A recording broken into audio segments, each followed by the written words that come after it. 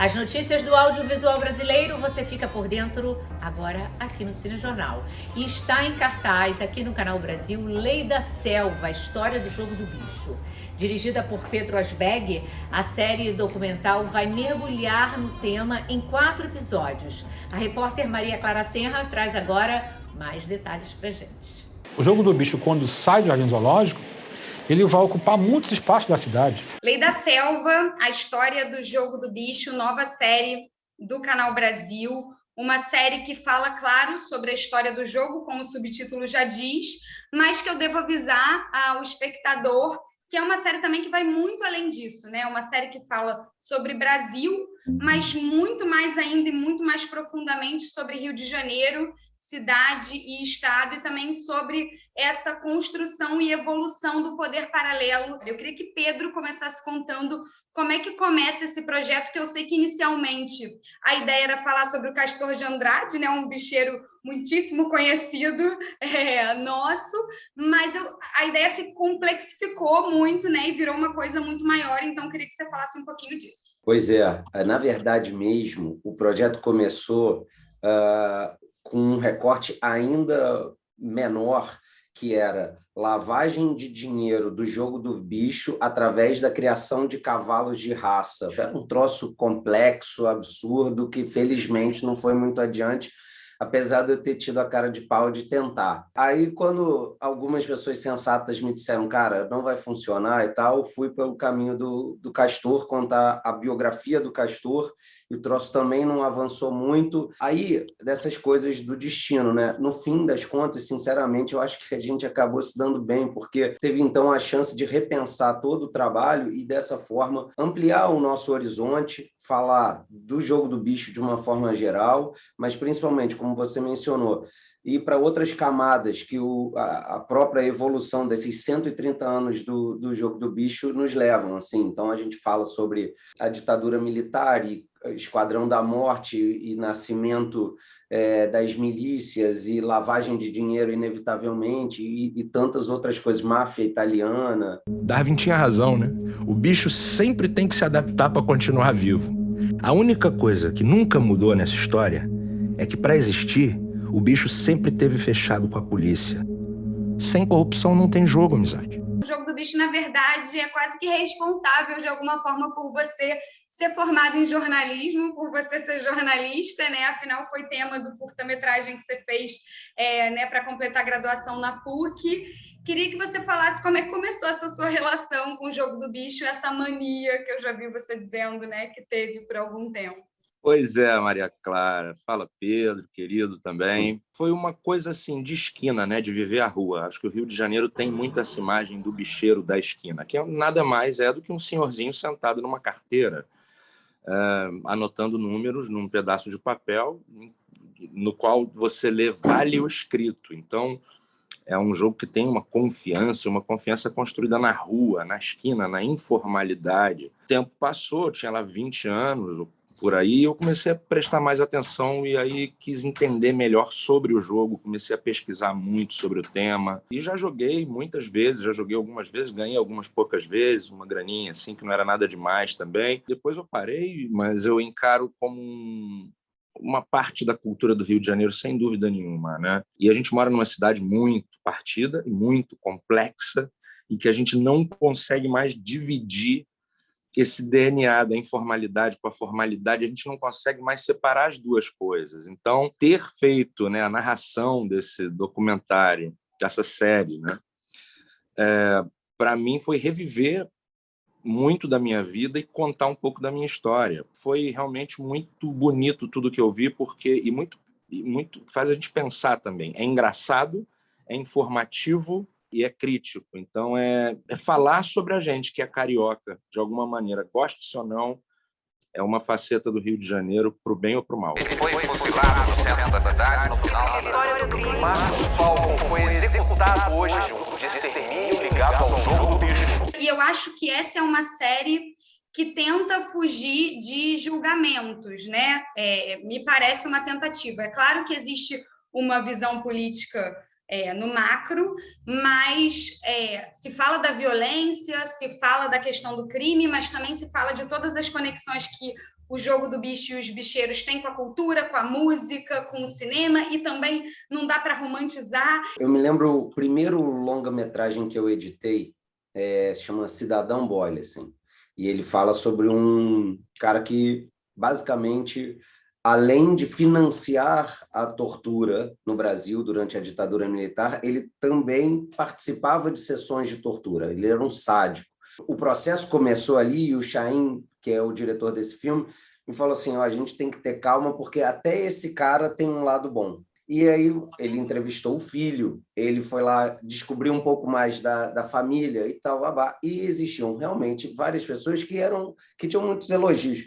Então, quando você descobre que até um torturador pode ter alguma coisa de positivo, que você fala assim, não existe ninguém que seja só mal, a princípio, né? Então, assim, a gente fez um exercício muito grande, e ali, para mim, foi um aprendizado. Então, quando eu olho para um trabalho tão complexo quanto o Jogo do Bicho, para falar sobre esse assunto tão complexo, não dá para eu partir de um ponto de vista que vou dizer assim, está tudo errado, é tudo mal, tudo que acontece de errado no Rio de Janeiro é por conta do Jogo do Bicho, e o Jogo do Bicho devia ser proibido. Eu realmente não acredito nisso, e não queria que o trabalho tivesse esse ponto de vista único. Então, eu me esforcei para mostrar que que é um processo complexo, que existem muitas dicotomias, que é uma coisa assim, que não é só bem e mal, e foi uma coisa que eu tentei mesmo, sem aliviar, sem ficar em cima do muro. Eu acho, Pedro, que a série, obviamente, ela não pode trazer um julgamento nela mesma como princípio, porque isso ia estreitar muito a abordagem, né? Ela ia ser uma série muito mais estreita, com uma solução, com resposta, com julgamento moral, com uma lente já, né? Difícil saber como a gente vai sair dessa encrenca, né? Essa informalidade está na narração, né? A gente conversou sobre isso, o Pedro me orientou nesse sentido.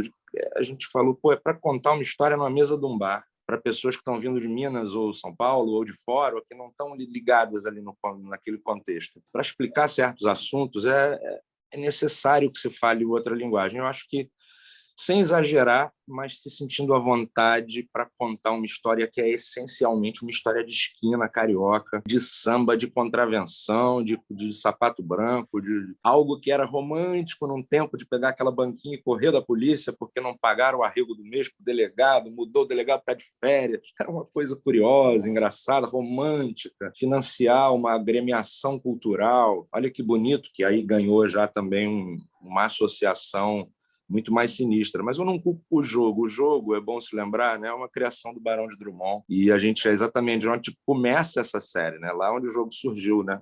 O bicho pegou, meu amigo, e se espalhou de uma forma tão impressionante pela cidade que todo mundo só queria saber de apostar, de falar sobre o jogo. Talvez, se soubesse a merda que ia dar depois, o Barão não tinha nem inventado essa parada. Isso tá na série, né? Que difícil não é combater o jogo, difícil é combater a paixão pelo jogo, né? Envolve paixão. Então, o que te surpreendeu nesse sentido? O que mais me surpreendeu por conta da pesquisa mesmo, avançando na pesquisa, foi entender o quanto hoje o Jogo do Bicho e a milícia estão associadas. Admito que quando eu comecei esse processo, eu não tinha essa ideia de que ali havia assim uma total afinidade entre esses dois grupos do crime organizado que hoje, de alguma forma, tomam muitas decisões com as quais a gente convive na cidade. O jogo em si, eu conhecia pouco. Talvez essa tenha sido, na verdade, a grande razão de querer fazer esse trabalho. Às vezes, muitas vezes, assim, você trata de um assunto que você adora e você fala, cara, isso aqui é muito importante para mim, eu quero fazer um trabalho sobre isso. Às vezes é o oposto, né? Tipo, esse assunto, eu não sei nada a respeito disso, mas eu tenho muito interesse. Vou fazer um trabalho para ver se eu aproveito e aprendo também. Acho que no caso dessa série, do Lei da Selva, foi muito mais essa segunda opção. Quanto mais você se expandia, mais você precisava de um braço armado para garantir o controle sobre essa área conquistada. São 4 episódios. Tem a narração da Dini, claro, tem muito material de arquivo, mas você também tem um time muito forte, enfim, de especialistas, de jornalistas falando sobre o tema. Como é que você organizou isso tudo para contar essa história nada simples de contar? Foi um processo longo, inclusive, porque a gente começou a rascunhar as ideias iniciais, preparando uma gigantesca linha do tempo, claro, cronológica. Ela começa em 2022, e aí justamente é uma busca para entender como a gente chegou até aqui, nesse Rio de Janeiro em que a gente vive. E aí voltamos a 1890, mais ou menos, e aí em 1892 o Jogo do Bicho é criado, e a partir daí a gente vem fazendo os nossos recortes. Então, o primeiro episódio, como você falou, ele é mais denso e tem um período mais longo. Depois a gente fala sobre o bicho na cultura popular, e aí ele se expõe tanto que lá pelas tantas alguém decide que não, está demais isso. Então o episódio 3 é justamente sobre o cerco aos bicheiros, o primeiro momento em que eles são presos, né, em 94, com a Denise Frossard e tal, e a gente vai até a morte do Castor, e o 4º e último episódio é dali em diante, né? E aí foi isso mesmo, consegui conversar com pessoas incríveis, Cecília Oliveira, Leandro Demore, Bruno Paz Manso, que foi, incrível, também porque usei muito do livro dele como fonte de pesquisa, consegui, assim, falar com pessoas que eu admiro muito, isso foi muito legal, e cheguei finalmente ao Marcelo, que também é outra pessoa que eu admiro muito, que eu não conhecia, né? E tivemos, felizmente, uma afinidade muito rápida. Ele trouxe uma outra camada para o trabalho que foi incrível, eu estou muito feliz. Mas aí é claro que o Brasil mostrou a sua cara, né? Pobre se divertindo e ganhando dinheiro? De jeito nenhum. A verdade é que, com o jogo proibido, esses caras iam ganhar muito mais, né? É claro que o 4º episódio fala, né, do Brasil atual. São temas muito importantes para a gente nesse momento. Eu queria saber também como é que você acha que essa série pode contribuir para essa conversa, já que ela faz conexões tão profundas, né, e que não são conexões óbvias, que a gente não sabe mesmo. Numa época em que os historiadores, professores e jornalistas e todo o povo do cinema é atacado, é vilanizado, um trabalho como esse, da Lei da Selva, é um trabalho que descobre o Brasil. Ele descobre uma camada que está ali na superfície e nos revela algo que está acontecendo há décadas, sob essa cortina de fumaça, sob essa manta de legalidade, sob a aparência das coisas. Tem muito sob a superfície da água.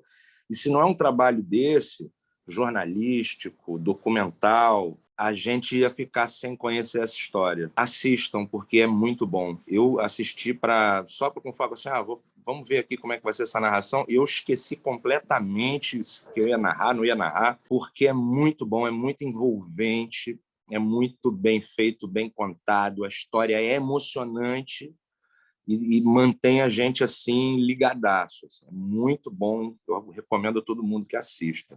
O Castor era dono de boa parte da Zona Oeste do Rio em termos de Jogo do Bicho, só que a Zona Oeste pobre, né? A Barra é outra realidade. É isso, gente, queria agradecer vocês, dizer que a série tá linda. Obrigada, viu? E boa estreia. Obrigado, querida, valeu. Se eu fosse você, curtia esse vídeo, hein? E se eu fosse você, deixava meu comentário lá embaixo, hein? E se eu fosse você, compartilhava com os amigos, hein? E se eu fosse você, seria meu próprio pai. E se eu fosse você... Como assim? O que você falou? Adolfo, tenho algo para decirte. O quê? Tu madre e eu... Que tem... Que minha mãe, o quê? Tu madre e eu... O que você tá falando assim? Não fala assim com seu pai, porra!